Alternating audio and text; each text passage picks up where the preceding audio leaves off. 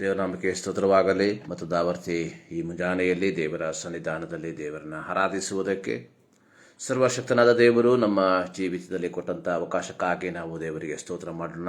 ಬನ್ನಿ, ಪ್ರಾರ್ಥನೆಯೊಂದಿಗೆ ಇಂದಿನ ಆರಾಧನೆಯನ್ನು ಪ್ರಾರಂಭಿಸುವ. ಹಲ್ಲೆಲೂಯಾ, ಸ್ತೋತ್ರ. ಜೀವದಿಂದೆದ್ದವನೇ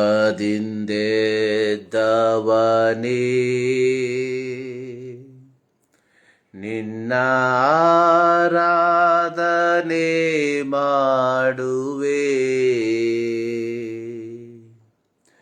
ಜೀವದ ಅಧಿಪತಿಯೇ ನಿನ್ನ ಆರಾಧನೆ ಮಾಡುವೆ. Hallelujah, hosanna, hallelujah, hosanna, hallelujah, hosanna, hallelujah, hosanna, hallelujah, hosanna, hallelujah, hosanna, hallelujah, hosanna, hallelujah, hosanna. ಮರಣವ ಗೆದ್ದವನೇ ನಿನ್ನ ಆರಾಧನೆ ಮಾಡುವೆ, ಪಾತಾಳ ಜಯಿಸಿದವನೇ ನಿನ್ನ ಆರಾಧನೆ ಮಾಡುವೆ, ಮರಣವ ಗೆದ್ದವನೇ ನಿನ್ನ ಆರಾಧನೆ ಮಾಡುವೆ, ಪಾತಾಳ ಜಯಿಸಿದವನೇ ನಿನ್ನ ಆರಾಧನೆ ಮಾಡುವೆ. Hallelujah, hosanna, hallelujah, hosanna, hallelujah, hosanna, hallelujah, hosanna, hallelujah, hosanna, hallelujah, hosanna, hallelujah, hosanna, hallelujah, hosanna. ಪ್ರಾರ್ಥನೆ ಮಾಡುವ. ನಮ್ಮನ್ನು ಬಹಳವಾಗಿ ಪ್ರೀತಿ ಮಾಡುವ ನಮ್ಮ ಪ್ರೀತಿಯ ತಂದೆಯಾದ ದೇವರೇ, ಈ ವಾರದ ಮೊದಲನೇ ದಿನಕ್ಕಾಗಿ ನಿಮಗೆ ಸ್ತೋತ್ರ. ಈ ಪರಿಶುದ್ಧ ದಿನದಲ್ಲಿ ನಿಮ್ಮನ್ನು ಆರಾಧಿಸುವಂತಹ ಈ ಪರಿಶುದ್ಧ ಗಳಿಗೆಯಲ್ಲಿ ನಿಮ್ಮ ಮಕ್ಕಳಾದ ನಾವುಗಳು ಮತ್ತು ದಾವರ್ತಿ ನಿಮ್ಮ ಸನ್ನಿಧಾನದಲ್ಲಿ ನಿಮ್ಮನ್ನು ಆರಾಧಿಸುವುದಕ್ಕೆ, ನಿಮ್ಮನ್ನು ಸ್ತುತಿಸುವುದಕ್ಕೆ ನಮ್ಮ ಜೀವಿತದಲ್ಲಿ ಕೊಟ್ಟಂತಹ ಈ ಒಂದು ಸಂದರ್ಭಕ್ಕಾಗಿ ಸ್ತೋತ್ರ. ಹೌದು ಕರ್ತನೇ, ಈ ಸಂದರ್ಭದಲ್ಲಿ ನಮ್ಮ ದೇಶದ, ನಮ್ಮ ರಾಜ್ಯದ, ನಮ್ಮ ಜಿಲ್ಲೆಗಳ, ನಮ್ಮ ತಾಲೂಕುಗಳ ವಿವಿಧ ಸ್ಥಳಗಳಲ್ಲಿ, ವಿವಿಧ ಭಾಷೆಗಳಲ್ಲಿ, ವಿವಿಧ ಸಮಯಗಳಲ್ಲಿ ನಡೆಯುವಂತಹ ಎಲ್ಲ ಪರಿಶುದ್ಧ ಆರಾಧನೆಗಳನ್ನು ನಿಮ್ಮ ಕರಗಳಿಗೆ ಸಮರ್ಪಿಸ್ತಾ ಇದ್ದೇವೆ.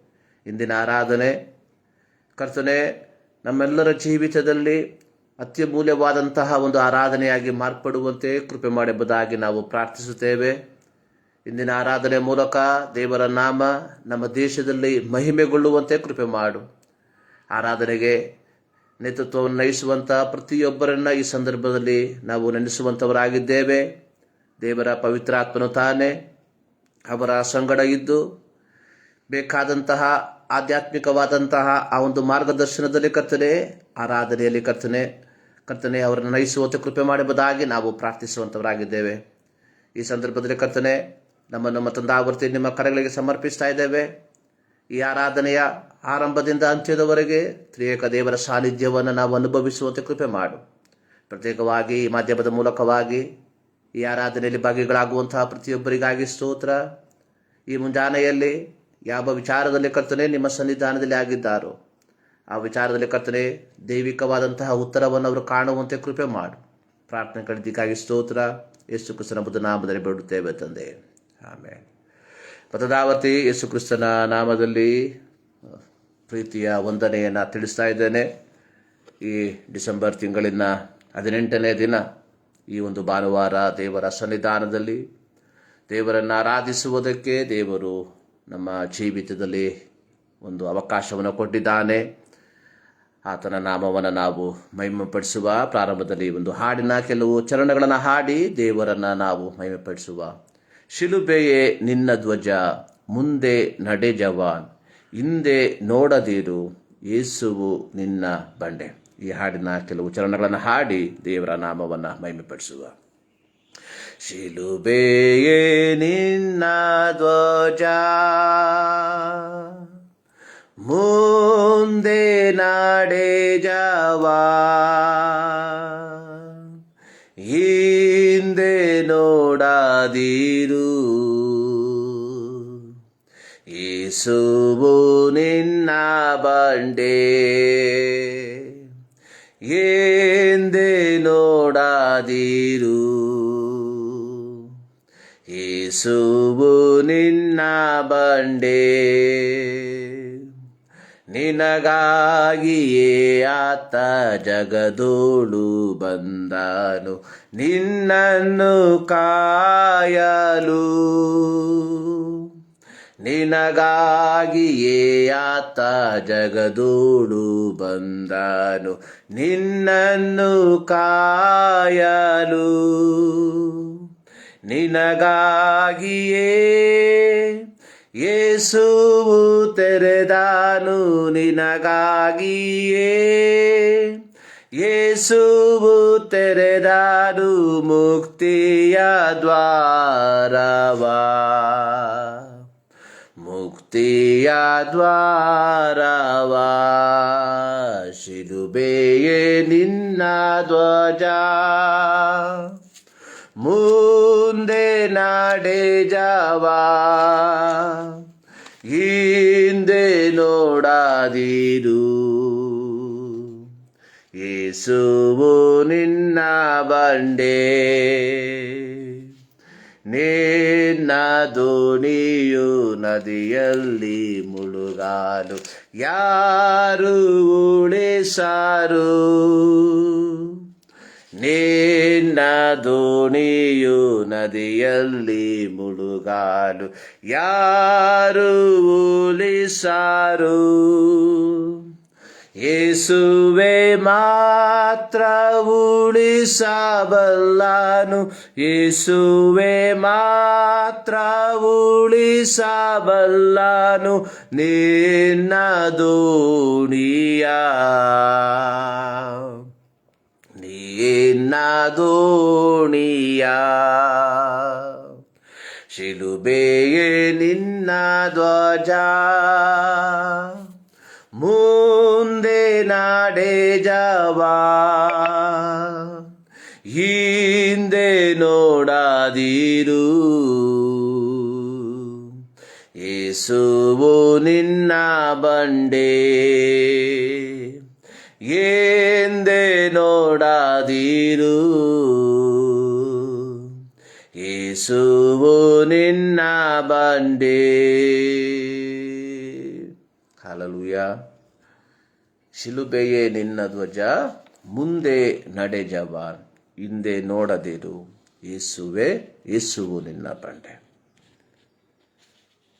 ಇಲ್ಲಿ ಹಾಡುಗಾರನು ಹಾಡುವಂಥದ್ದು, ನಿನಗಾಗಿಯೇ ಆತ ಜಗದೋಳು ಬಂದನು, ನಿನ್ನನ್ನು ಕಾಯಲು.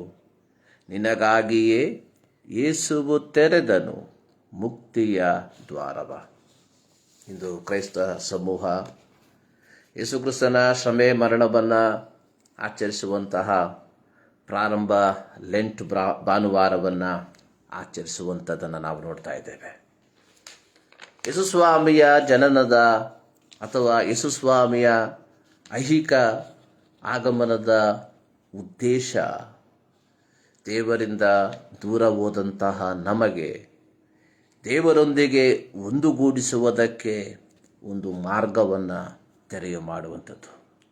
ಇದು ಹಾಡುಗಾರನು ಹೇಳಿರುವಂಥದ್ದು, ನಿನಗಾಗಿಯೇ ಯೇಸು ತೆರೆದನು ಮುಕ್ತಿಯ ದ್ವಾರವ. 2024 ಯೇಸು ಕ್ರಿಸ್ತನ ಶ್ರಮೆ, ಮರಣ, ಪುನರುತ್ಥಾನವನ್ನು ನಾವು ಧ್ಯಾನ ಮಾಡುವಾಗ ಪ್ರತಿಯೊಬ್ಬ ಕ್ರೈಸ್ತನು ತನ್ನಲ್ಲಿ ತಾನೇ ಕೇಳಿಕೊಳ್ಳಬೇಕಾದಂತಹ ಒಂದು ಪ್ರಶ್ನೆ, ನಾನು ಯಥಾರ್ಥ ಕ್ರೈಸ್ತನಾಗಿ ಜೀವಿಸುತ್ತಿದ್ದೇನಾ? ಕೇವಲ ಆಚರಣೆಗೋಸ್ಕರವಾಗಿ ನಾವು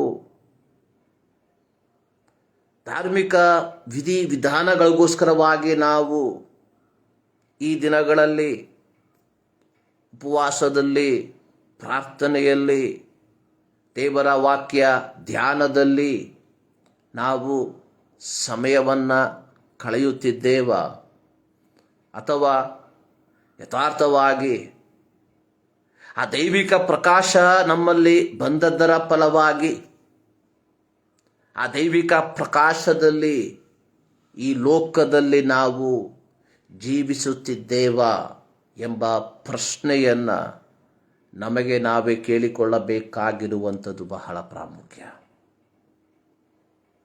ಕಳೆದ ದಿನದಲ್ಲಿ ನಾನು ಓದಿದಂತಹ ಒಂದು ಪದ, ಉಪವಾಸ ಪ್ರಾರ್ಥನೆ ಅನ್ನುವಂಥದ್ದು ನಮ್ಮ ಆಧ್ಯಾತ್ಮಿಕ ಬೆಳವಣಿಗೆಗೆ ಅದು ಸಹಾಯವಾಗಿ ಹೋಗುವುದಾದರೆ ಅಂತಹ ಉಪವಾಸಗಳು, ಅಂತಹ ಪ್ರಾರ್ಥನೆಗಳು ವ್ಯರ್ಥ ಎಂಬುದಾಗಿ.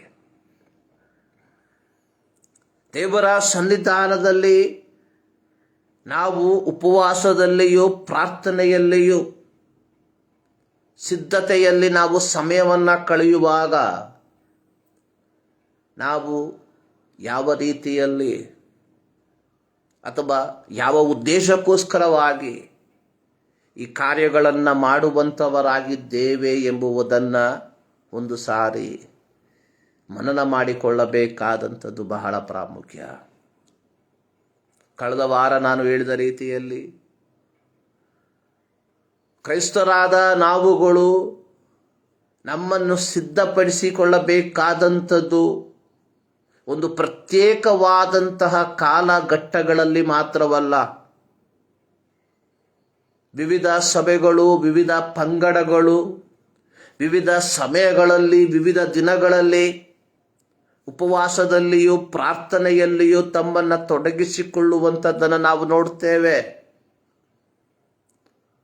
ಕ್ರೈಸ್ತರಾದಂತಹ ನಮ್ಮ ಜೀವಿತದ ಗುರಿ ಅನ್ನುವಂಥದ್ದು ಕೆಲವು ಪ್ರತ್ಯೇಕ ದಿನಗಳಲ್ಲಿ ನಮ್ಮನ್ನು ಶುದ್ಧಿಪಡಿಸಿಕೊಳ್ಳುವಂಥದ್ದು ಮಾತ್ರವಲ್ಲ, ಪ್ರತಿ ಕ್ಷಣಗಳಲ್ಲಿ ನಾವು ಪವಿತ್ರತೆಯಲ್ಲಿ ಜೀವಿಸುವಂಥವರಾಗಿರಬೇಕು. ಕ್ರೈಸ್ತತ್ವದ ಅಥವಾ ಪ್ರತಿ ಕ್ರೈಸ್ತನ ಜೀವಿತದ ಗುರಿ ಅನ್ನುವಂಥದ್ದು ನಿತ್ಯತ್ವದಲ್ಲಿ ಅಥವಾ ನಿತ್ಯತ್ವದಲ್ಲಿ ಕಳೆಯುವಂಥದ್ದು. ಈ ನಿತ್ಯತ್ವಕ್ಕೆ ನಾವು ಸಿದ್ಧರಾಗಬೇಕಾದರೆ ನಮ್ಮ ಜೀವಿತದ ಪ್ರತಿ ಕ್ಷಣಗಳು ದೈವಿಕವಾದಂತಹ ಮಾರ್ಗ ನಿದರ್ಶನದ ಪ್ರಕಾರ ಜೀವಿಸಬೇಕಾದಂಥದ್ದು ಬಹಳ ಪ್ರಾಮುಖ್ಯ. ಮತ್ತಾಯನ ಸುವಾರ್ತೆ 24ನೇ ಅಧ್ಯಾಯದಲ್ಲಿ ಯೇಸು ಸ್ವಾಮಿ ಹೇಳಿರುವಂಥದ್ದು, ಕಳ್ಳನು ಬರುವಂಥದ್ದು ಯಜಮಾನನಿಗೆ ತಿಳಿದಿದ್ದರೆ ಅವನು ತನ್ನ ಮನೆಯನ್ನು ಕನ್ನಗೊಳಿಸುವುದಿಲ್ಲ. ಹಾಗೆಯೇ ಮನುಷ್ಯಕುಮಾರನು ಬರುವಂಥದ್ದು ತಂದೆಗೆ ಹೊರತು ಯಾರಿಗೂ ತಿಳಿಯದೇ ಇರುವುದರಿಂದ ನೀವು ಸದಾ ಕಾಲವು ಎಚ್ಚರವಾಗಿರಬೇಕು ಎಂಬುದಾಗಿ. 25ನೇ ಅಧ್ಯಾಯದಲ್ಲಿ 5-10 ಕನ್ನಿಕೆಯರ ಸಾಮ್ಯವನ್ನು ನಾವು ನೋಡ್ತೇವೆ. 5 ಜನರು ಪರಿಪೂರ್ಣವಾದ ಸಿದ್ಧತೆಯಲ್ಲಿ ಇದ್ದರೆ ಬಾಕಿ 5 ಜನರು ಅಪರಿಪೂರ್ಣವಾದ ಸಿದ್ಧತೆಯಲ್ಲಿ. ಸೊ ಮದಲಿಂಗನು ಬಂದಂತಹ ಸಂದರ್ಭದಲ್ಲಿ 10 ಜನರು ಮದಲಿಂಗನಿಗೋಸ್ಕರವಾಗಿ ಎದುರುಗೊಳ್ಳುವುದಕ್ಕೆ ಸಿದ್ಧರಾಗಿದ್ದಾಗ್ಯೂ ಅಚಾತುರ್ಯದಿಂದ ತಮ್ಮಲ್ಲಿದ್ದಂತಹ ಎಣ್ಣೆಯು ಮುಗಿದು ಹೋದದ್ದನ್ನು ತಿಳಿಯದೆ ಹೋದದ್ದರ ಫಲವಾಗಿ ಕೈ ಬಿಡಲ್ಪಟ್ಟರು ಎಂಬುದನ್ನು ನಾವು ನೋಡುತ್ತೇವೆ. ಸೊ ಈ ವಾಕ್ಯ ಭಾಗಗಳನ್ನು ನಾವು ಧ್ಯಾನ ಮಾಡುವಾಗ ಪ್ರತಿ ಕ್ರೈಸ್ತನು ಅರ್ಥ ಮಾಡಿಕೊಳ್ಳಬೇಕಾದಂತಹ ಒಂದು ಆತ್ಮಿಕ ಸತ್ಯ, ನಾವು ಕೇವಲ ಕೆಲವು ದಿನಗಳಿಗೆ ಮಾತ್ರ ನಮ್ಮನ್ನು ಸಿದ್ಧಪಡಿಸಿಕೊಳ್ಳುವಂಥದ್ದಲ್ಲ. ಪ್ರತಿ ಕ್ಷಣಗಳಲ್ಲಿ, ಪ್ರತಿ ನಿಮಿಷದಲ್ಲಿ ನಾವು ಸಿದ್ಧರಾಗಿರಬೇಕಾಗಿರುವಂಥದ್ದು ಬಹಳ ಪ್ರಾಮುಖ್ಯ. ಈ ದಿನಮಾನಗಳಲ್ಲಿ ದೇವರ ವಾಕ್ಯವನ್ನು ನಾವು ಧ್ಯಾನ ಮಾಡುವಾಗ, ಉಪವಾಸದಲ್ಲಿಯೂ ಪ್ರಾರ್ಥನೆಗಳಲ್ಲಿಯೂ ಸಮಯವನ್ನು ಕಳೆಯುವಾಗ 2023ರ ಲೆಂಟ್ ಸಮಯದಿಂದ ಈ ಸಮಯದವರೆಗೆ ನಮ್ಮ ಜೀವಿತದಲ್ಲಿ ಆದ ಬದಲಾವಣೆಯನ್ನು ನಾವು ಒಂದು ಸಾರಿ ಯೋಚಿಸಬೇಕಾದಂಥದ್ದು ಬಹಳ ಪ್ರಾಮುಖ್ಯ. ಅನೇಕರು ಅನೇಕ ತೀರ್ಮಾನಗಳನ್ನು ತೆಗೆದುಕೊಂಡಿರಬಹುದು.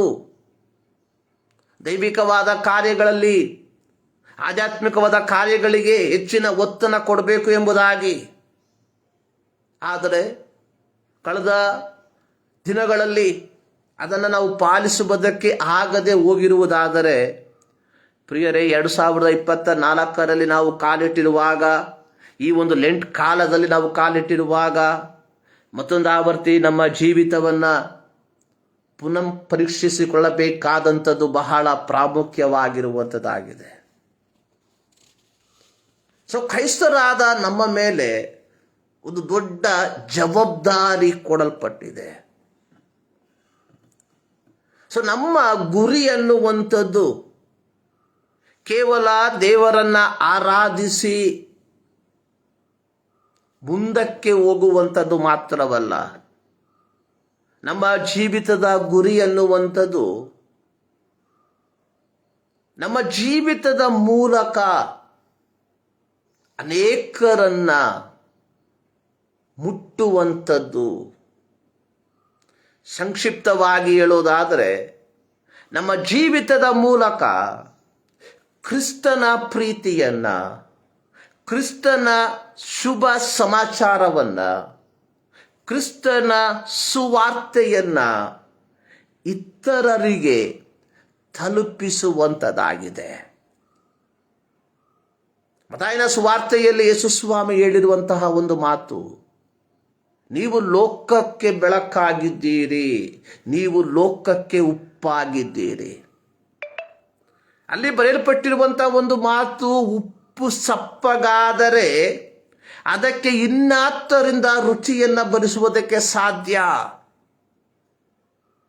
2023ರ ಲೆಂಟ್ ಕಾಲದ ನಂತರ ಈ 2024ರ ಈ ಲೆಂಟ್ ಕಾಲದಲ್ಲಿ ನಾವು ಕಾಲಿಟ್ಟಿರುವಾಗ, ಪ್ರಿಯ ದೇವ ಜನರೇ, ನಾವು ಈ ಕಾಲಘಟ್ಟಗಳಲ್ಲಿ, ಈ 12 ತಿಂಗಳ ಕಾಲಘಟ್ಟದಲ್ಲಿ ಲೋಕಕ್ಕೆ ಉಪ್ಪಾಗಿದ್ದೀವಾ, ಲೋಕಕ್ಕೆ ಬೆಳಕಾಗಿದ್ದೀವಾ. ನಮ್ಮ ಕುಟುಂಬದಲ್ಲಿ, ನಮ್ಮ ಸಭೆಯಲ್ಲಿ, ನಾವು ಕೆಲಸ ಮಾಡುವಂಥ ಸ್ಥಳಗಳಲ್ಲಿ ಒಬ್ಬ ಸಂತರು ಹೇಳಿರುವಂಥದ್ದು, preach the gospel, use the word when it is necessary. ಸುವಾರ್ತೆಯನ್ನ ಸಾರಿರಿ, ಅವಶ್ಯವಿದ್ದಲ್ಲಿ ಮಾತ್ರ ಪದಗಳ ಬಳಕೆಯನ್ನ ಮಾಡಿರಿ. ಒಂದರ್ಥದಲ್ಲಿ ಈ ಲೋಕದ ನಮ್ಮ ಜೀವಿತ ಪ್ರಯಾಣ ಅನ್ನುವಂಥದ್ದು ಒಂದು ಸುವಾರ್ತೆಯಾಗಿ ಮಾರ್ಪಡಬೇಕಾಗಿದೆ. ಇದು ದೇವರು ನಮ್ಮಿಂದ ಎದುರು ನೋಡುವಂಥದ್ದು. ಸೊ ನಮ್ಮ ಜೀವಿತದ ಮೂಲಕ ನಾವು ಇತರರನ್ನ, ಸಮಾಜದಿಂದ ಬಹಿಷ್ಕರಿಸಲ್ಪಟ್ಟವರನ್ನ, ಕುಟುಂಬದಿಂದ ಬಹಿಷ್ಕರಿಸಲ್ಪಟ್ಟವರನ್ನ ಮುಟ್ಟುವಂಥವರಾಗಿರಬೇಕು. ಇದೇ ಯಥಾರ್ಥವಾದಂತಹ ಒಂದು ಕ್ರೈಸ್ತ ಜೀವಿತ. ಯೇಸು ಕ್ರಿಸ್ತನ ಐಹಿಕ ಸೇವೆಯನ್ನ ನಾವು ಮನನ ಮಾಡುವಾಗ ಅಥವಾ ಧ್ಯಾನ ಮಾಡುವಾಗ ಇಂತಹ ಅನೇಕ ಕಾರ್ಯಗಳನ್ನು ನಾವು ನೋಡುವಂಥವರಾಗಿದ್ದೇವೆ. ಯೇಸು ಸ್ವಾಮಿ ಸುಂಕ ವಸೂಲಿ ಮಾಡುತ್ತಿದ್ದಂತಹ ಮತ್ತಾಯನ ಮನೆಯಲ್ಲಿ ಔತಣಕ್ಕೆ ಕುಳಿತಂತಹ ಸಂದರ್ಭದಲ್ಲಿ ಫರಿಸಾಯರು ಯೇಸುವಿನ ಶಿಷ್ಯರಿಗೆ ಹೇಳಿದಂತಹ ಮಾತು, ನಿಮ್ಮ ಗುರುವು ಪಾಪಿಗಳ ಸಂಗಡ ಊಟ ಮಾಡ್ತಾನೆ. ಅಲ್ಲಿ ಯೇಸು ಸ್ವಾಮಿ ಹೇಳಿರುವಂಥದ್ದು, ಕ್ಷೇಮದಿಂದಿರುವವನಿಗೆ ವೈದ್ಯನು ಬೇಕಾಗಿಲ್ಲ, ಕ್ಷೇಮವಿಲ್ಲದವನಿಗೆ ವೈದ್ಯನು ಬೇಕಾಗಿದೆ. ನಾನು ನೀತಿವಂತರನ್ನ ಕರೆಯುವುದಕ್ಕೆ ಬರಲಿಲ್ಲ. ಸೊ ಅನೇಕ ವ್ಯಕ್ತಿಗಳ ಜೀವಿತವನ್ನ ದೇವರು ಸ್ಪರ್ಶಿಸುವಂಥದ್ದಾಗಿ ನಾವು ನೋಡ್ತೇವೆ. ಸಮಾಜದಲ್ಲಿ ಯಾವ ಸ್ಥಾನಮಾನವಿಲ್ಲದಂತಹ ಅನೇಕ ವ್ಯಕ್ತಿಗಳನ್ನ ಯೇಸು ಸ್ವಾಮಿಯ ಶಿಷ್ಯರಲ್ಲಿ ಪೇತ್ರ, ಆಂದ್ರೆಯ, ಯಾಕೋಬ, ಯೋಹಾನ ಇವರು ಬೆಸ್ತರಾಗಿದ್ದರು. ಸೊ ಈ ವ್ಯಕ್ತಿಗಳನ್ನು ದೇವರು ಮುಟ್ಟುದ. ಮತ್ತಾಯನು ಸುಂಕ ವಸೂಲಿ ಮಾಡುವಂತಹ ವ್ಯಕ್ತಿ. ನಮ್ಮ ಭಾರತಕ್ಕೆ ಸುವಾರ್ತೆಯನ್ನು ತಂದಂತಹ ತೋಮ ಮರ ಕೆಲಸ ಮಾಡುವಂತಹ ವ್ಯಕ್ತಿ. ಅಂದ್ರೆ ಸಮಾಜದಲ್ಲಿ ಯಾವ ಸ್ಥಾನಮಾನಗಳು ಇಲ್ಲದೆ ಇದ್ದಂತಹ ವ್ಯಕ್ತಿಗಳನ್ನ ಮುಟ್ಟಿ ಅವರನ್ನ ಸ್ಪರ್ಶಿಸಿ ಅವರ ಮೂಲಕ ಈ ಕ್ರಿಸ್ತನ ಶುಭ ವಾರ್ತೆಗಳನ್ನ ಎಲ್ಲ ಸ್ಥಳಗಳಿಗೆ ಹಂಚುವುದಕ್ಕೆ ದೇವರು ಉಪಯೋಗ ಮಾಡ್ದ. ಅಂದ್ರೆ ನಮ್ಮ ಜೀವಿತವೂ ಸಹ ಈ ಒಂದು ಅನುಭವದಲ್ಲಿ ಮುಂದಕ್ಕೆ ಹೋಗಬೇಕು ಎಂಬುದಾಗಿ ದೇವರು ಬಯಸುವಂತವನಾಗಿದ್ದಾನೆ. ನಾವು ಕೇವಲ ಧಾರ್ಮಿಕ ವಿಧಿವಿಧಾನಗಳನ್ನು ಪೂರೈಸುವುದಕ್ಕೋಸ್ಕರವಾಗಿ ಸಭೆ ನೇಮಿಸಿದ ನಿಯಮಗಳನ್ನು ಪಾಲಿಸುವಂತವರಾಗಿರದೆ ಯಥಾರ್ಥವಾಗಿ ಕ್ರಿಸ್ತನ ಜ್ಯೋತಿಗಳಾಗಿ ಈ ಲೋಕದಲ್ಲಿ ನಾವು ಪ್ರಕಾಶಿಸುವಂತವರಾಗಿ ಜೀವಿಸುವಂತವರಾಗಿರುವ ಇದೇ ದೇವರು ನಮ್ಮಿಂದ ಎದುರು ನೋಡುವಂಥದ್ದು.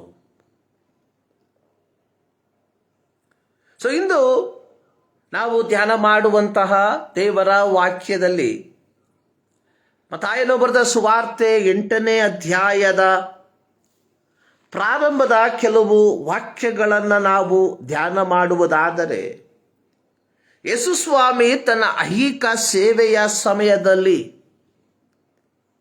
ಮಾಡಿದಂತಹ ಒಂದು ಅದ್ಭುತ ಕಾರ್ಯದ ಕುರಿತಾಗಿ ನಾವು ನೋಡುವಂತವರಾಗಿದ್ದೇವೆ. ಯೇಸು ಸ್ವಾಮಿಯ ಗಲಿಲಾಯ ಸೇವೆಯ ಆ ಒಂದು ಸಂದರ್ಭ, ಮತ್ತಾಯನ ಸುವಾರ್ತೆ 4ನೇ ಅಧ್ಯಾಯದಿಂದ ನಾವು ಕಲಿಯುವಂತಹ ಸಂದರ್ಭದಲ್ಲಿ ಯೇಸು ಸ್ವಾಮಿ ಯೋಹಾನನ ಕೈಕೆಳಗೆ ದೀಕ್ಷಾಸ್ಥಾನವನ್ನ ತೆಗೆದುಕೊಂಡ ನಂತರವಾಗಿ ಮತ್ತಾಯ 3 ಅದರ 13ರಿಂದ ವಾಕ್ಯಗಳಲ್ಲಿ ಯೋಹಾನನ ಕೈಕೆಳಗೆ ಶಾಸ್ತ್ರವು ನೆರವೇರುವುದಕ್ಕೋಸ್ಕರವಾಗಿ ದೀಕ್ಷಾಸ್ನಾನವನ್ನ ತೆಗೆದುಕೊಂಡ ನಂತರ ಆತ್ಮನು ಅವನನ್ನ ಅಡವಿಗೆ ಒಯ್ದನು ಎಂಬುದಾಗಿ ಸುಮಾರು 40 ದಿನ ಉಪವಾಸವಿದ್ದು ತದನಂತರವಾಗಿ ಆತನು ತನ್ನ ಸೇವೆಯನ್ನ ಪ್ರಾರಂಭಿಸುವಂಥದ್ದಾಗಿ ನಾವು ನೋಡುತ್ತೇವೆ.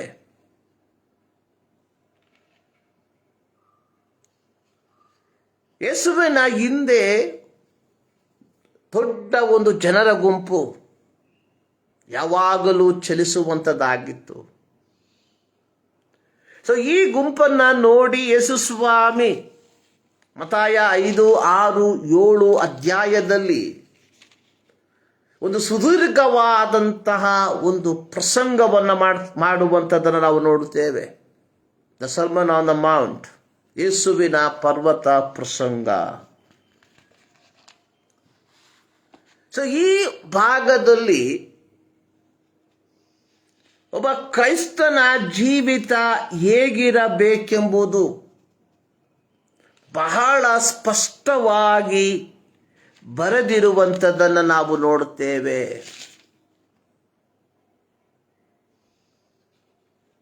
ನಾವು ಲೋಕದಲ್ಲಿ ಹೇಗಿರಬೇಕು,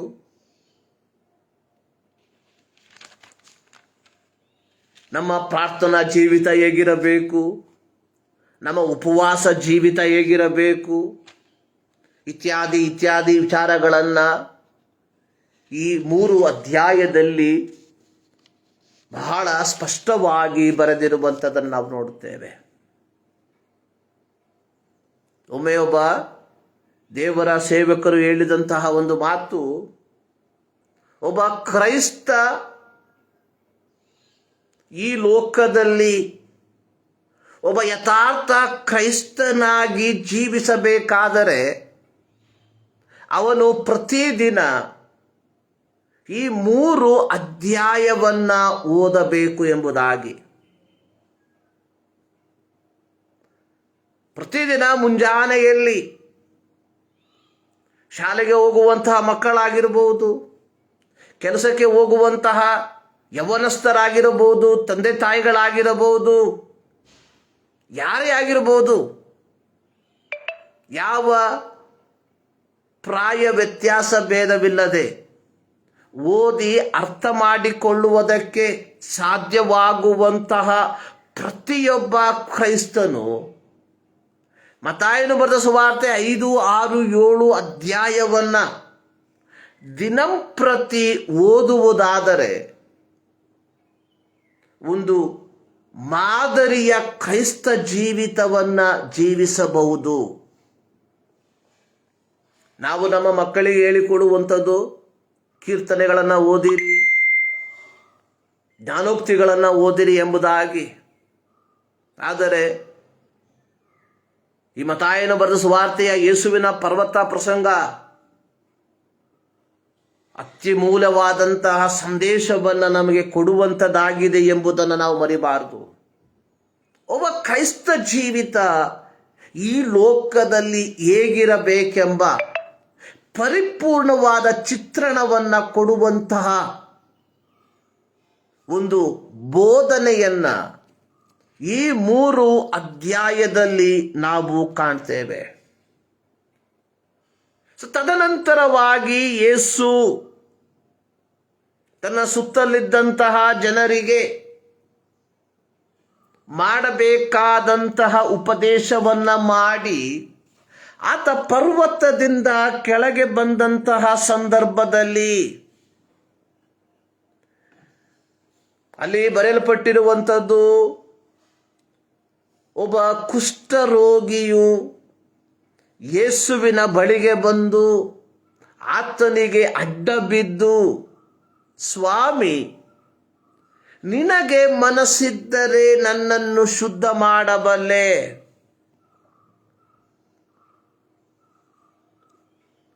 ಇಲ್ಲಿ ಒಬ್ಬ ಕುಷ್ಠರೋಗಿ ಯೇಸು ಸ್ವಾಮಿಯ ಬಳಿಗೆ ಬಂದು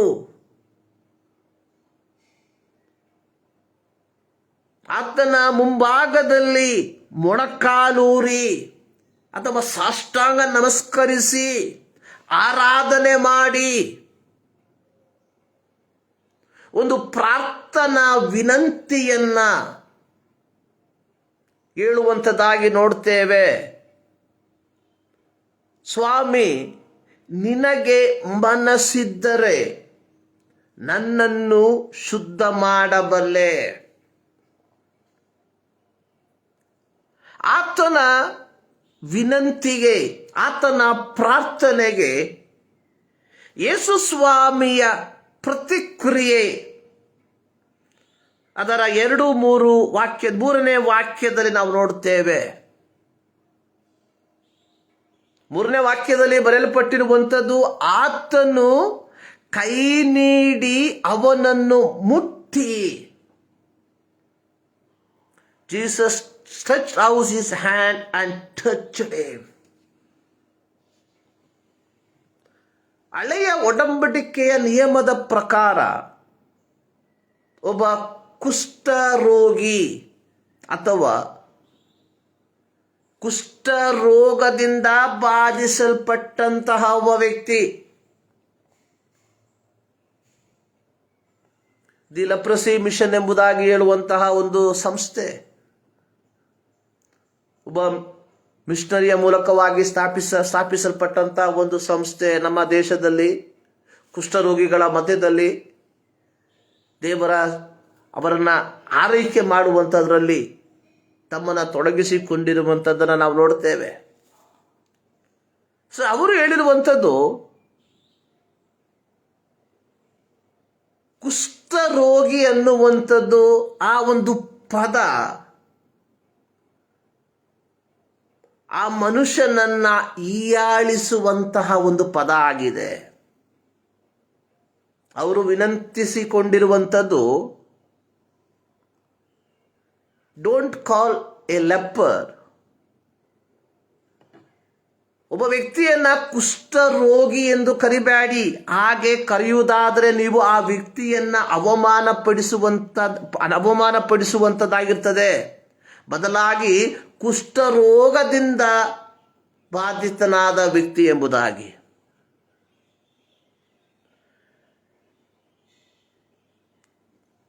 ಇಲ್ಲಿ ನಾವು ನೋಡುವಂಥದ್ದು,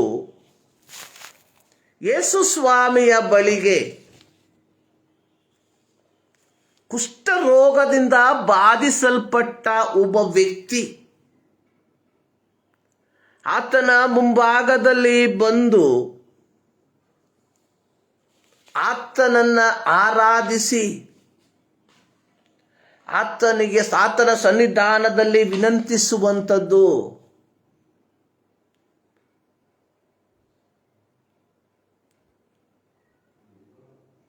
ಇಂಗ್ಲಿಷ್ ಭಾಷೆಯಲ್ಲಿ ಬರೆಯಲ್ಪಟ್ಟಿರುವಂಥದ್ದು, if you want to you can make me clean.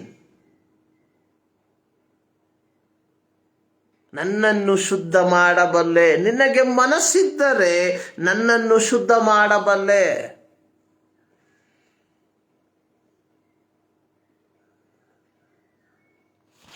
ಹಳೆಯ ಒಡಂಬಡಿಕೆಯಲ್ಲಿ ಯಾಜಕ ಕಾಂಡ 13, 14 ಅಧ್ಯಾಯಗಳನ್ನು ನಾವು ಕಲಿಯುವಂತಹ ಸಂದರ್ಭದಲ್ಲಿ ಒಬ್ಬ ವ್ಯಕ್ತಿ ಕುಷ್ಠರೋಗದಿಂದ ಅಥವಾ ಚರ್ಮ ವ್ಯಾಧಿಯಿಂದ ಪ್ರಯಾಸ ಪಡುವಂಥವನಾಗಿದ್ದರೆ ಅಂತಹ ವ್ಯಕ್ತಿಯನ್ನ ಪಾಳೆಯದ ಹೊರಗೆ ಅವರನ್ನ ಕಳುಹಿಸಬೇಕು ಎಂಬ ಒಂದು ನಿಯಮ ಬರೆಯಲ್ಪಟ್ಟಿರುವಂಥದ್ದನ್ನು ನಾವು ನೋಡ್ತೇವೆ.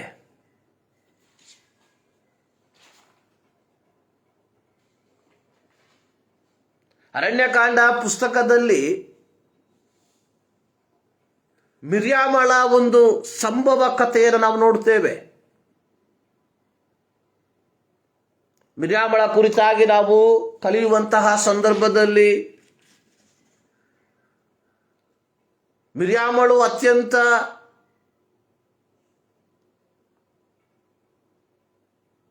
ಧೈರ್ಯವಾಗಿ ಕೆಲವು ತೀರ್ಮಾನಗಳನ್ನು ತೆಗೆದುಕೊಂಡಿರುವಂಥದ್ದನ್ನು ನಾವು ನೋಡ್ತೇವೆ.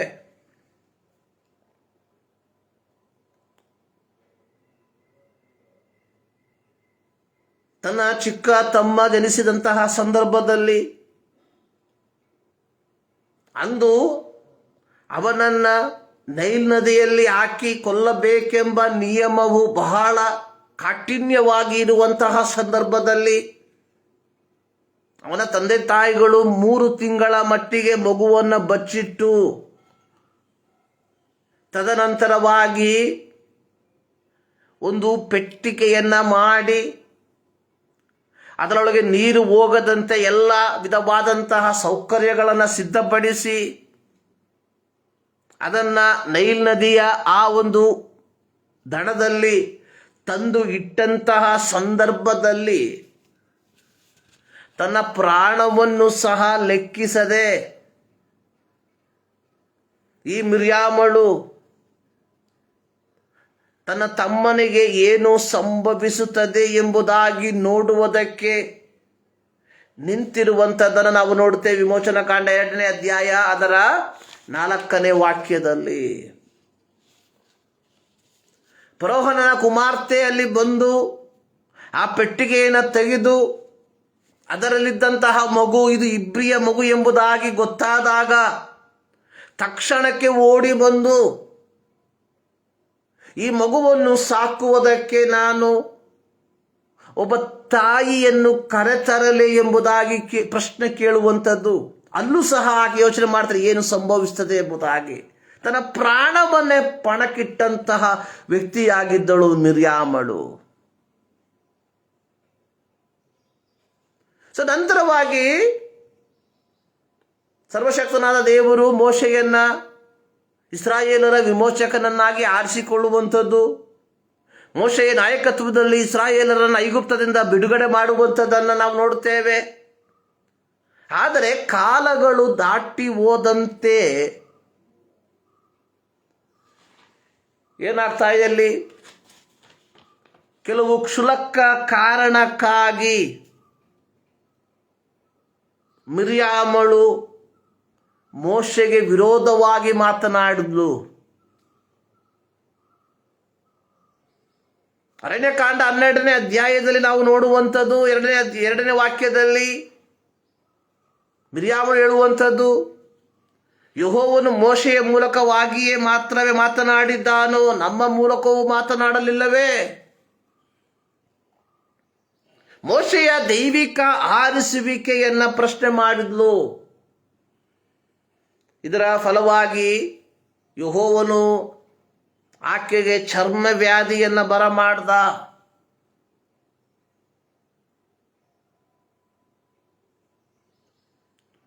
ಇದರ ಫಲವಾಗಿ ಆಕೆ ಪಾಳೆಯದ ಹೊರಗೆ ಇರಬೇಕಾಗಿತ್ತು.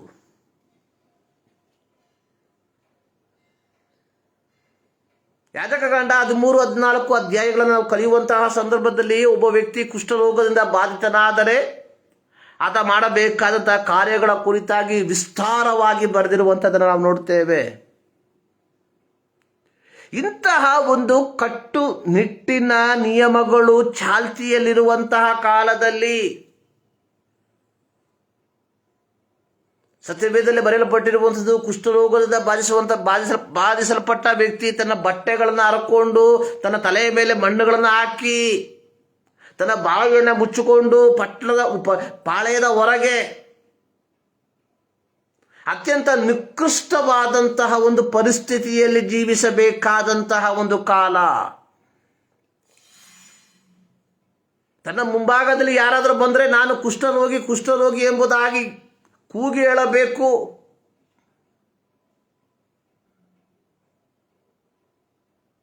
ಒಬ್ಬ ಕುಷ್ಠರೋಗಿಗೂ ಮತ್ತೊಬ್ಬನಿಗೂ ಸುಮಾರು 150 ಅಡಿ ಅಂತರ ಇರಬೇಕು. ಈ ರೀತಿ ಅನೇಕ ನಿಯಮಗಳು ಬಹಳ ಕಟ್ಟುನಿಟ್ಟಾಗಿ ಇರುವಂತಹ ಈ ಕಾಲದಲ್ಲಿ ಹಳೆ ಒಡಂಬಡಿಕೆಯಲ್ಲಿ ಕುಷ್ಠರೋಗ ಅನ್ನುವಂಥದ್ದು ಪಾಪದ ಫಲ ಎಂಬುದಾಗಿ ನೆನೆಸುವಂತಹ ಒಂದು ಕಾಲ.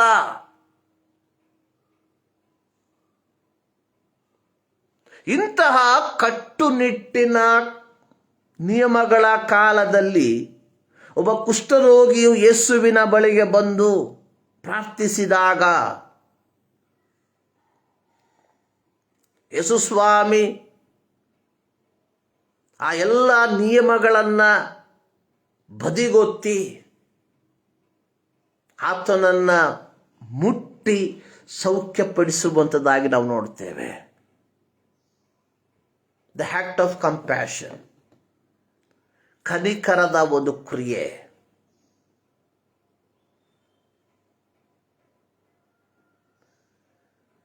ಪ್ರಿಯರೇ, ನಮ್ಮ ಜೀವಿತದಲ್ಲಿ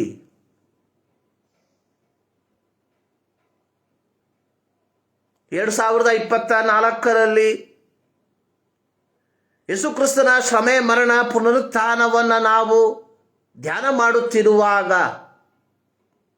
ನಮ್ಮಲ್ಲಿ ಈ ಕನಿಕರದ ಅನುಭವಗಳು ಉಂಟು ಎಂಬುದನ್ನು ಒಮ್ಮೆ ಪರೀಕ್ಷಿಸಿಕೊಳ್ಳಬೇಕಾದಂಥದ್ದು ಬಹಳ ಪ್ರಾಮುಖ್ಯ.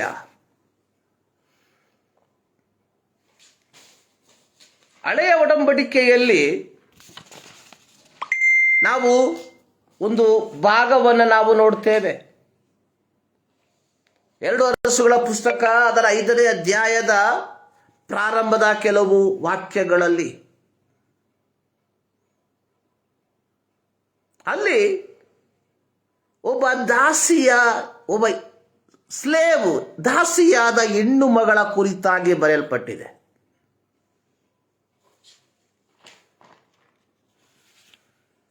2 ಅರಸುಗಳು 5ನೇ ಅಧ್ಯಾಯದ 3ನೇ ವಾಕ್ಯ ಈ ರೀತಿ ಹೇಳ್ತಾ ಇದೆ: ಆಕೆಯು ಒಂದು ದಿವಸ ತನ್ನ ಯಜಮಾನಿಗೆ, ನಮ್ಮ ದಣಿಯು ಸಮಾರ್ಯದಲ್ಲಿರುವ ಪ್ರವಾದಿಯ ಹತ್ತಿರ ಇರುತ್ತಿದ್ದರೆ ಎಷ್ಟೋ ಒಳ್ಳೆಯದಾಗುತ್ತಿತ್ತು. ಅವನು ಇವನನ್ನು ಕುಷ್ಠರೋಗದಿಂದ ವಾಸಿ ಮಾಡುತ್ತಿದ್ದನು ಎಂದು ಹೇಳಿದಳು. ಇದರ ಹಿನ್ನೆಲೆ ನಮ್ಮೆಲ್ಲರಿಗೂ ಚಿರಪರಿಚಿತವಾಗಿರುವಂಥದ್ದಾಗಿದೆ. ಅರಾಮ್ಯರು ವರ್ಷಕ್ಕೆ ಒಂದು ಬಾರಿ ಇಸ್ರಾಯೇಲರು ವಾಸಿಸುವಂತಹ ಸ್ಥಳಗಳಿಗೆ ಮುತ್ತಿಗೆ ಹಾಕಿ ಅಲ್ಲಿರುವಂತಹ ಶ್ರೇಷ್ಠವಾದಂತಹ ವಸ್ತುಗಳನ್ನು ಸೂರೆ ಮಾಡುವಂತಹ ಒಂದು ಪರಿಪಾಠ.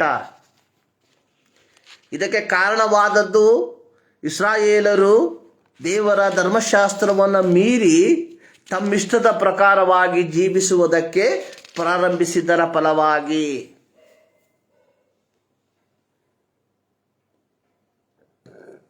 ಈ ಅರಾಮ್ಯರ ಅರಸನಿಗೆ ನಾಮಾನನೆಂಬ ಒಬ್ಬ ಸೇನಾಧಿಪತಿ ಇದ್ದ.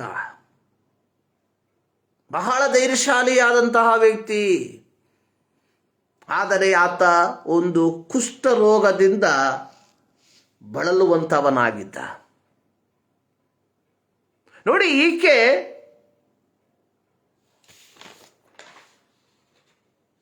ಒಬ್ಬ ಹೆಣ್ಣು ಮಗಳು. ಈಕೆ ತನ್ನದಲ್ಲದ ದೇಶದಲ್ಲಿ ಜೀವಿಸುವಂಥವಳಾಗಿದ್ದಾಳೆ.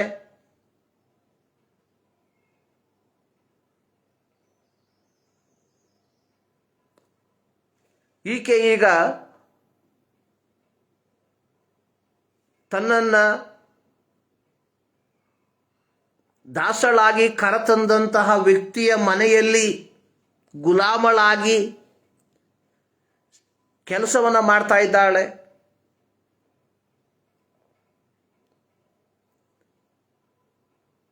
ಇಷ್ಟೆಲ್ಲ ಆದರೂ ಸಹ ತನ್ನ ಯಜಮಾನನು ಕುಷ್ಠರೋಗದಿಂದ ಪ್ರಯಾಸ ಪಡುವುದನ್ನು ಕಂಡಾಗ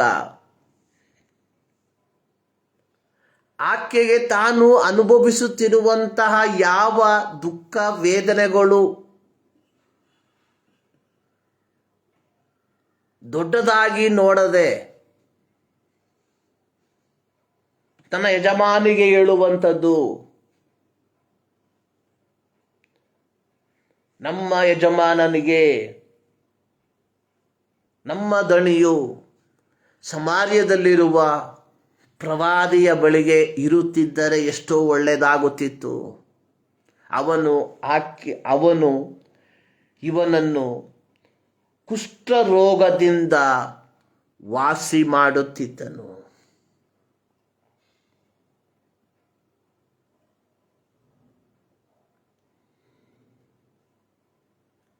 ನಿಜವಾಗಲೂ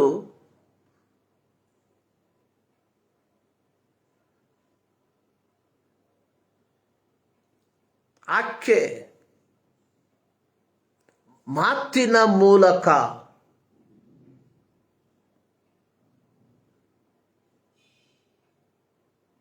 ನಾಮಾನನನ್ನ ಸ್ಪರ್ಶಿಸಿದ್ಲು.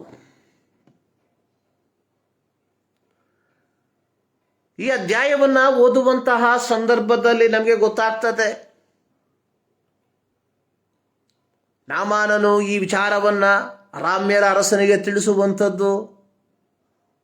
ಅರಾಮ್ಯರ ಅರಸನು ಒಂದು ಪತ್ರ ಮುಖೇನ ನಾಮಾನನನ್ನ ಇಸ್ರಾಯೇಲರ ರಾಜನ ಬಳಿಗೆ ಕಳಿಸುವಂಥದ್ದು. ರಾಜನು ಭಯಭೀತನಾಗುವಂಥದ್ದು. ಇದು ಪ್ರವಾದಿಯಾದ ಎಲೀಷನಿಗೆ ತಿಳಿಯ ಬರುವಂಥದ್ದು. ಈ ನಾಮಾನನು ಎಲೀಷನ ಬಳಿಗೆ ಬರುವಂಥದ್ದು. ನಂತರವಾಗಿ ಎಲೀಷನ ಮಾತಿಗೆ ಅನುಗುಣವಾಗಿ ಯೋರ್ದಾನ್ ನದಿಯಲ್ಲಿ 7 ಬಾರಿ ಮುಳುಗಿ ಎದ್ದಾಗ ಅವನ ಕುಷ್ಠರೋಗವು ಪರಿಹಾರವಾಗುವಂಥದ್ದು. ಪ್ರಿಯರೇ, ಈ ಹೆಣ್ಣು ಮಗಳ ಹೆಸರು, ವಯಸ್ಸು ಯಾವುದು ನಮಗೆ ತಿಳಿದಿಲ್ಲ. ಈಕೆ ತನ್ನ ದೇಶದಲ್ಲಿ ಒಬ್ಬ ಮಗಳಾಗಿ, ಸಹೋದರಿಯಾಗಿ ಬಾಳಬೇಕಾದಂಥವಳು ಇಂದು ಗುಲಾಮಳಾಗಿ, ದಾಸಿಯಾಗಿ ಆರಾಮ್ ದೇಶದಲ್ಲಿ ಜೀವಿಸುವಂಥವಳಾಗಿದ್ದಳು. ಆದಾಗ್ಯೂ ತಾನು ಅರಿತಿದ್ದಂತಹ ಸತ್ಯವನ್ನ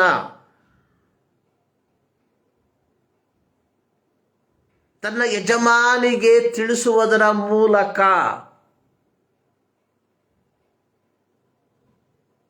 ಅವರನ್ನ ಮುಟ್ಟುವಂತಳಾದಳು.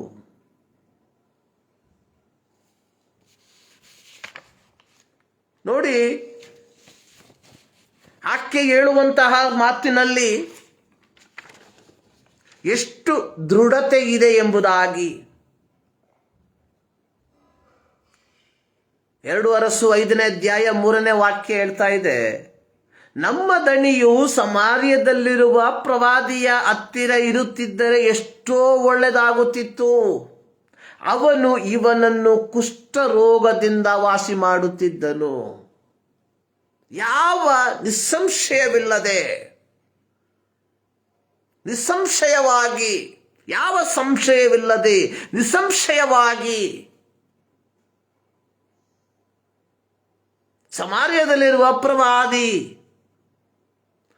ಅರ್ಥಾತ್ ತನ್ನ ದೇವರ ಕುರಿತಾಗಿ ಸರ್ವಶಕ್ತನಾದ ದೇವರು ಪ್ರವಾದಿಗಳ ಮೂಲಕವಾಗಿ ಮಾಡಿಸುತ್ತಿದ್ದಂಥ ಅದ್ಭುತಗಳನ್ನು ಕಣ್ಣಾರೆ ಕಂಡಂತಹ ಈ ಹೆಣ್ಣು ಮಗಳು ಧೈರ್ಯವಾಗಿ, ಯಾವ ಸಂಶಯವೂ ಇಲ್ಲದೆ ತನ್ನ ಯಜಮಾನಿಗೆ ತಿಳಿಯಪಡಿಸಿದಳು.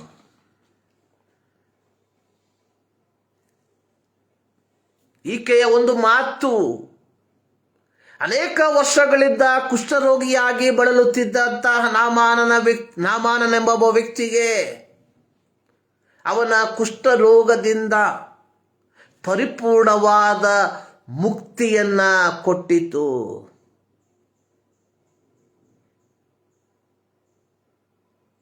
ಈಕೆ ಬಾಹ್ಯವಾಗಿ ಸ್ಪರ್ಶಿಸದೇ ಇದ್ದಾಗ್ಯೂ ನಂಬಿಕೆಯ ಮೂಲಕ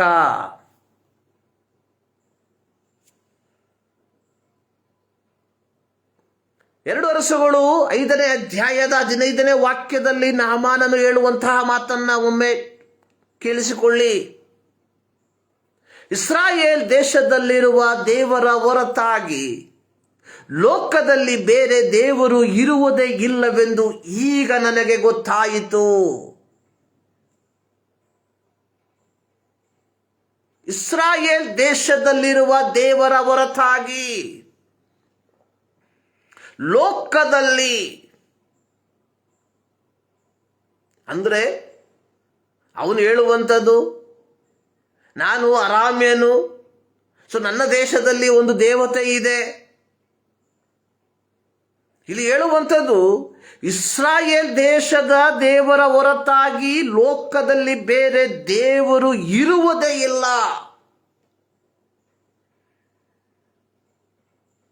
ಟಚಿಂಗ್ ದ ಅನ್ಟಚಬಲ್.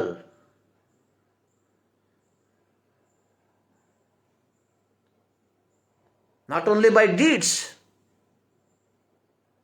ಯೇಸು ಸ್ವಾಮಿ ಅವನನ್ನು ಮುಟ್ಟದ.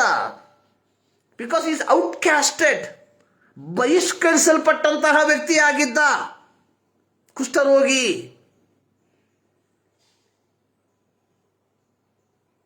ಇಲ್ಲಿ ಈಕೆ ತನ್ನದೇ ಆದಂತಹ ಇತಿಮಿತಿಗಳಲ್ಲಿ ಆಕೆ ಜೀವಿಸುತ್ತಿರುವಾಗ ತನ್ನ ಯಜಮಾನಿಯ ಬಳಿಗೆ ಈ ವಿಷಯವನ್ನು ಪ್ರಸ್ತಾಪಿಸಿ ಆಕೆ ಏನು ಮಾಡಿದ್ಲು? ಆ ಕುಟುಂಬವನ್ನು ಮುಟ್ಟದ್ದು. ಈ ಮುಂಜಾನೆಯಲ್ಲಿ ದೇವರ ವಾಕ್ಯವನ್ನು ಕೇಳಿಸಿಕೊಳ್ಳುವಂತಹ ಪ್ರಿಯ ದೇವಜನರೇ, ಕ್ರೈಸ್ತರೆಂಬುದಾಗಿ ಅಭಿಮಾನಗೊಳ್ಳುತ್ತಿರುವಂತಹ ನಾವುಗಳು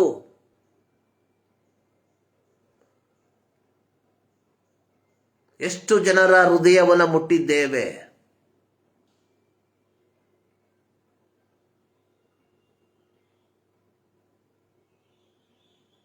ನಮ್ಮ ಮಾತುಗಳನ್ನು ಕೇಳಿ ಎಷ್ಟು ಜನರು ನಾಮಾನನು ಹೇಳಿದ ರೀತಿಯಲ್ಲಿ ಹೇಳಿದ್ದಾರೆ?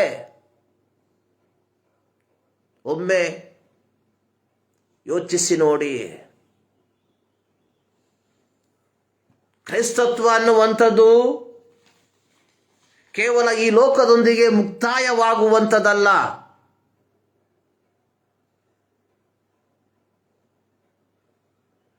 ಯೋಹಾನನ ಸುವಾರ್ತೆ 14ನೇ ಅಧ್ಯಾಯದಲ್ಲಿ ಯೇಸು ಸ್ವಾಮಿ ಹೇಳಿರುವಂಥ ಮಾತು, ನಾನು ನಿಮಗೆ ಸ್ಥಳವನ್ನು ಸಿದ್ಧ ಮಾಡೋದಕ್ಕೆ ಹೋಗ್ತಾ ಇದ್ದೇನೆ. ಸ್ಥಳವು ಸಿದ್ಧವಾದ ಮೇಲೆ ನಾನು ಬಂದು ನಿಮ್ಮನ್ನ ಕರ್ಕೊಂಡು ಹೋಗ್ತೇನೆ. ನಾನಿರುವಲ್ಲಿ ನೀವಿರಬೇಕು. ಕ್ರೈಸ್ತತ್ವ ಈ ಲೋಕದೊಂದಿಗೆ ನಮ್ಮ 50, 60, 70, 80 ವರ್ಷದೊಂದಿಗೆ ಮುಕ್ತಾಯವಾಗುವಂಥದ್ದಲ್ಲ.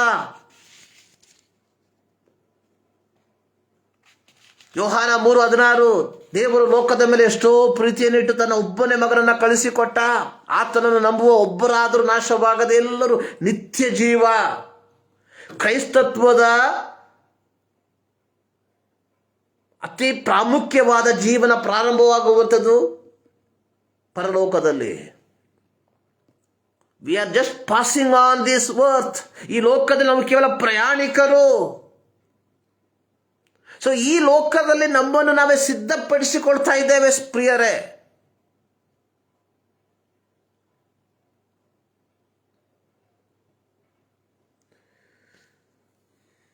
ಇದು ಅನೇಕ ಕ್ರೈಸ್ತರೆಂಬುದಾಗಿ ಕರೆಸಿಕೊಳ್ಳುವಂಥವರು ಈ ಲೋಕದಲ್ಲಿ ಏನನ್ನಾದರೂ ಸಂಪಾದಿಸುವುದಕ್ಕೋಸ್ಕರವಾಗಿ ಪ್ರಯಾಸ ಪಡುವಂಥದ್ದನ್ನು ನಾವು ಕಾಣ್ತಾ ಇದ್ದೇವೆ. ಯೇಸು ಸ್ವಾಮಿ ಹೇಳಿದಂಥ ಮಾತು, ಒಬ್ಬ ಮನುಷ್ಯನು ಇಡೀ ಲೋಕವನ್ನು ಸಂಪಾದಿಸಿ ಅವನ ಪ್ರಾಣ ಆತ್ಮ ನಷ್ಟಪಟ್ಟರೆ ಅವರಿಗೇನು ಪ್ರಯೋಜನ? ಪ್ರಿಯರೇ,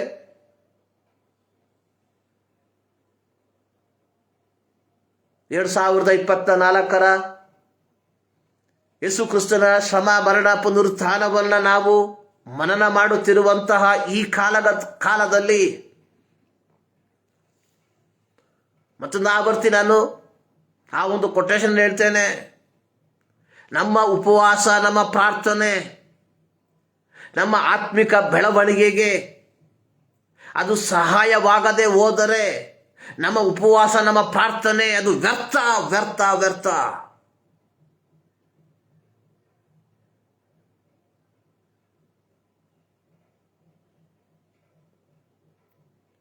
ಯೋಚನೆ ಮಾಡಿ. 2000 ವರ್ಷಗಳ ಹಿಂದೆ ಮಾನವ ಕುಲದ ಪಾಪಗಳ ಪರಿಹಾರಕ್ಕೋಸ್ಕರವಾಗಿ ಯೇಸು ಸ್ವಾಮಿ ಲೋಕಕ್ಕೆ ಬಂದು ನಮ್ಮೆಲ್ಲರ ಪಾಪಗಳನ್ನು ತನ್ನ ಮೇಲೆ ಒತ್ತಿಕೊಂಡು ಶಿಲುಬೆ ಮೇಲೆ ಯಜ್ಞಾರ್ಪಿತನಾಗಿ ಅರ್ಪಿಸಿ ಯೇಸು ಕ್ರಿಸ್ತನ ರಕ್ತದ ಮೂಲಕ ಪಾಪ ಕ್ಷಮಾಪಣೆಯನ್ನು ಪಡಕೊಂಡು ದೇವರ ಮಕ್ಕಳೆಂಬ ಪದವಿಯನ್ನು ಪಡಕೊಂಡಿರುವ ನಾವುಗಳು ಒಬ್ಬ ಯಥಾರ್ಥ ಕ್ರೈಸ್ತರಾಗಿ ಈ ಲೋಕದಲ್ಲಿ ಜೀವಿಸುತ್ತಿದ್ದೇವಾ?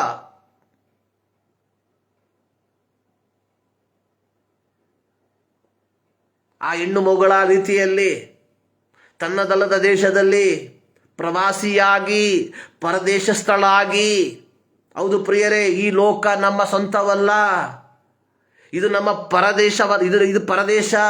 V are just passing through. ಆದರೆ ಈ ದೇಶದಲ್ಲಿ ನಾವು ನಿತ್ಯ ನಿರಂತರವಾಗಿ ವಾಸಿಸುವಂತಹ ರೀತಿಯಲ್ಲಿ ನಾವು ಜೀವಿಸುವಂಥವರಾಗಿದ್ದೇವೆ. ಇದು ವಿಪರ್ಯಾಸವಲ್ಲದೆ ಮತ್ತೇನಾಗಿದೆ? ತನ್ನದಲ್ಲದ ದೇಶದಲ್ಲಿ ಪರದೇಶಸ್ಥಳಾಗಿ ಆಕೆ ಜೀವಿಸುತ್ತಿದ್ದಾಗ್ಯೂ ಸಹ ಆ ಕುಟುಂಬಕ್ಕೆ ಒಂದು ಶುಭ ಸಂದೇಶವನ್ನು ಸಾರಿದ್ಲು.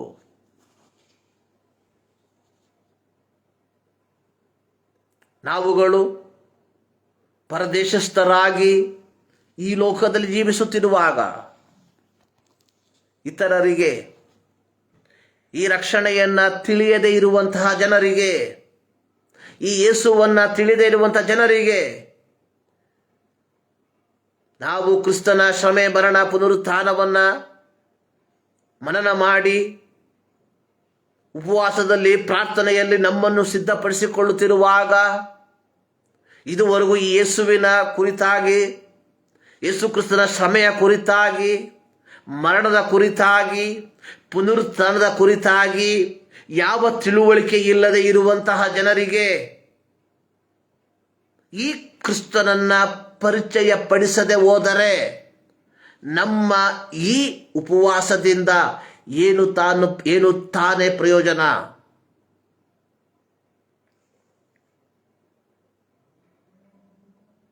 ಆ ಕುಷ್ಠರೋಗಿಯು, ಸ್ವಾಮಿ, ನಿನಗೆ ಮನಸ್ಸಿದ್ದರೆ ನನ್ನನ್ನು ಶುದ್ಧ ಮಾಡಬಲ್ಲೆ. ಹೌದು ಪ್ರಿಯರೇ, ಈ ವ್ಯಕ್ತಿಯ ರೀತಿಯಲ್ಲಿ ಅನೇಕರು ಒಂದು ಸ್ಪರ್ಶಕ್ಕಾಗಿ ನಮ್ಮ ಸುತ್ತಮುತ್ತಲು ಅನೇಕರು ಕಾಯ್ತಾ ಇದ್ದಾರೆ.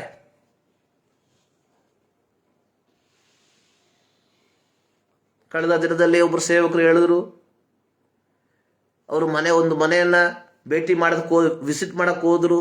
ಆ ವ್ಯಕ್ತಿ ಹೇಳಿರುತ್ತೆ, ನಾವು ಯಾವತ್ತೂ ನೆನೆಸಿಲ್ಲ, ನೀವು ನಮ್ಮ ಮನೆ ಬರ್ತೀರಾ, ನಮಗೋಸ್ಕರ ಪ್ರಾರ್ಥನೆ ಮಾಡ್ತೀರಾ. ಅನೇಕ ಕುಟುಂಬಗಳು they are waiting to somebody to come to pray, to listen. ಅನೇಕ ತಂದೆ ತಾಯಿಗಳು, ಅನೇಕ ರೋಗಿಗಳು ಯಾರಾದರೂ ನಮ್ಮ ಮನೆಗೆ ಬಂದು ನಮ್ಮೊಟ್ಟಿಗೆ ಕುಳಿತು ನಮ್ಮೊಟ್ಟಿಗೆ ಮಾತನಾಡಿ ಎಂಬುದಾಗಿ ಅನೇಕರು ಬಯಸುವಂಥವರಾಗಿದ್ದಾರೆ. ಆದರೆ ಹೋಗುವುದಕ್ಕೆ ನಾವು ತಯಾರಿಲ್ಲದೆ ಕೇವಲ ಆಚಾರಗಳಲ್ಲಿ ಮಾತ್ರ ನಮ್ಮನ್ನು ತೊಡಗಿಸಿಕೊಳ್ಳುವುದಾದರೆ ನಾವು ಮಾಡುವಂತಹ ಈ ಧಾರ್ಮಿಕ ಕಾರ್ಯಗಳಿಂದ ಯಾವ ಪ್ರಯೋಜನವೂ ಇಲ್ಲ ಪ್ರಿಯರೇ.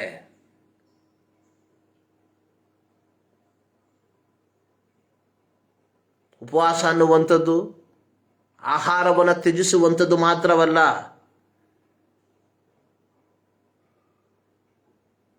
ನಮ್ಮ ಜೀವಿತದಲ್ಲಿ ಬೇಡವಾದಂತಹ ಕಹಿಯನ್ನ, ಅಹಂಭಾವವನ್ನ, ದ್ವೇಷವನ್ನ, ಕೋಪವನ್ನ, ಅಗೆಯನ್ನ, ಹೊಟ್ಟೆ ಕಿಚ್ಚನ್ನ, ಇವೆಲ್ಲವನ್ನ ತ್ಯಜಿಸಬೇಕು. ಇದ್ಯಾವುದು ತ್ಯಜಿಸದೆ ಆಹಾರವನ್ನು ತ್ಯಜಿಸಿದರೆ ನಾವು ಶಾರೀರಿಕವಾಗಿ ಬಲಹೀನರಾಗ್ತೇವೆ ಹೊರತು, ಇದರಿಂದ ನಮಗೂ ದೇವರಿಗೂ ಯಾವ ಪ್ರಯೋಜನವೂ ಇಲ್ಲ. ಸೊ ಈ ಒಂದು ಕಾಲದಲ್ಲಿ ನಮ್ಮಲ್ಲಿರುವಂಥ ಹಾಗೆಗಳನ್ನು, ನಮ್ಮಲ್ಲಿರುವಂಥ ಹೊಟ್ಟೆ ಕಿಚ್ಚನ್ನು, ನಮ್ಮಲ್ಲಿರುವಂಥ ದ್ವೇಷವನ್ನು, ನಮ್ಮಲ್ಲಿರುವಂಥ ಅಹಂಭಾವವನ್ನು ಎಲ್ಲವನ್ನು ನಾವು ತ್ಯಜಿಸುವ 2024 ಈ ದಿನಗಳು ನಿಮ್ಮೆಲ್ಲರ ಜೀವಿತದಲ್ಲಿ ದೈವಿಕವಾದ ಆಶೀರ್ವಾದವಾಗಿ ಮಾರ್ಪಡಲಿ ಎಂಬುದಾಗಿ ನಾನು ಆಶಿಸುವಂಥವನಾಗಿದ್ದೇನೆ, ಪ್ರಾರ್ಥಿಸುವಂಥವನಾಗಿದ್ದೇನೆ. ಈ ಮುಂಜಾನೆಯಲ್ಲಿ ಈ ಮಾತುಗಳ ಮೂಲಕವಾಗಿ ದೇವರು ನಿಮ್ಮನ್ನು ಆಶೀರ್ವದಿಸಲಿ. ಪ್ರಾರ್ಥನೆ ಮಾಡುವ. ಭೂಮಿ ಆಕಾಶವನ್ನು ಉಂಟು ಮಾಡಿರುವ ನಮ್ಮ ಪ್ರೀತಿಯ ತಂದೆಯಾದ ದೇವರೇ, ಮತ್ತು ದಾವರ್ತಿ ನಿಮ್ಮ ಸನ್ನಿಧಾನಕ್ಕೆ ನಾವು ಸರಿ ಬರ್ತಾ ಇದ್ದೇವೆ. ಈ ಮುಂಜಾನೆಯಲ್ಲಿ ಕರ್ತನೇ, ನಿಮ್ಮ ವಾಕ್ಯದ ಮೂಲಕ ನಮ್ಮ ಸಂಗಡ ಮಾತನಾಡಿದ್ದಕ್ಕಾಗಿ ಸ್ತೋತ್ರ. ಕೇಳಲ್ಪಟ್ಟಂಥ ದೇವರ ವಾಕ್ಯ ನಮ್ಮ ಜೀವಿತದಲ್ಲಿ ಅನ್ವರ್ಥವಾಗುವಂತೆ ನಾವು ಕೇಳುವಂಥವರು ಮಾತ್ರವಲ್ಲ, ಅನುಸರಿಸಿ ಜೀವಿಸುವಂತರಾಗುವಂಥ ಕೃಪೆ ಮಾಡಬಹುದಾಗಿ ನಾವು ಪ್ರಾರ್ಥಿಸ್ತಾ ಇದ್ದೇವೆ. ನಮ್ಮ ಪ್ರಾರ್ಥನೆ ಕೇಳಿದ್ದಕ್ಕಾಗಿ ಸ್ತೋತ್ರ. ಯೇಸು ಕ್ರಿಸ್ತನ ನಾಮದಲ್ಲಿ ಬೇಡುತ್ತೇವೆ ನಮ್ಮ ಪ್ರೀತಿಯ ತಂದೆ. ನಮ್ಮ ಕರ್ತನಾದ ಯೇಸು ಕ್ರಿಸ್ತನ ಕೃಪೆ, ತಂದೆಯಾದ ದೇವರ ಪ್ರೀತಿ, ಪವಿತ್ರಾತ್ಮನ ನ್ಯೂನತೆ ನಮ್ಮೆಲ್ಲರ ಸಂಗಡ ಇಂದಿನಿಂದ ಸದಾಕಾಲವನ್ನಲೇ ಆಗಿರಲಿ. ಆಮೇನ್. ಸರ್ವಶಕ್ತನಾದ ದೇವರು ನಿಮ್ಮೆಲ್ಲರನ್ನ ಧಾರಾಳವಾಗಿ ಆಶೀರ್ವದಿಸಲಿ.